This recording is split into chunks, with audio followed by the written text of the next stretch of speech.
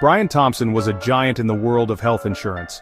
As the CEO of UnitedHealthcare, he was responsible for the well-being of millions of Americans.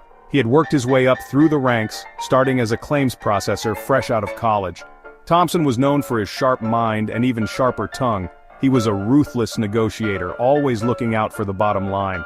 Some admired his business acumen, calling him a visionary. Others criticized his tactics, viewing him as a symbol of everything wrong with the American healthcare system.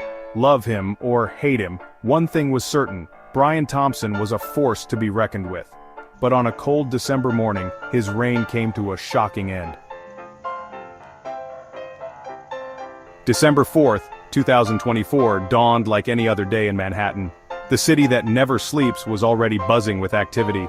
Unaware of the tragedy about to unfold, people went about their daily routines. At the New York Hilton Midtown, a prestigious investors meeting was about to begin. Brian Thompson was scheduled to deliver the keynote address.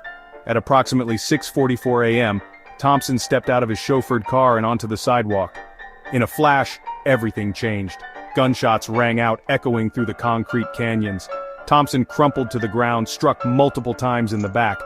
The gunman, his face hidden by the early morning shadows, melted into the crowd. The murder sent shockwaves across the nation. Who would commit such a brazen act? And why target Brian Thompson? The NYPD launched a massive manhunt. Security footage revealed a grainy image of the suspect, a young man, dressed in nondescript clothing. The weapon was identified as a 9mm ghost gun, a chilling reminder of the ease with which firearms could be obtained. Days later, the suspect was apprehended at a McDonald's in Altoona, Pennsylvania.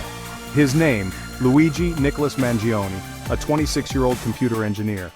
A search of his belongings revealed a handwritten manifesto detailing his hatred for the health insurance industry. Mangione saw himself as a vigilante, striking a blow against a system he believed was rigged against the people.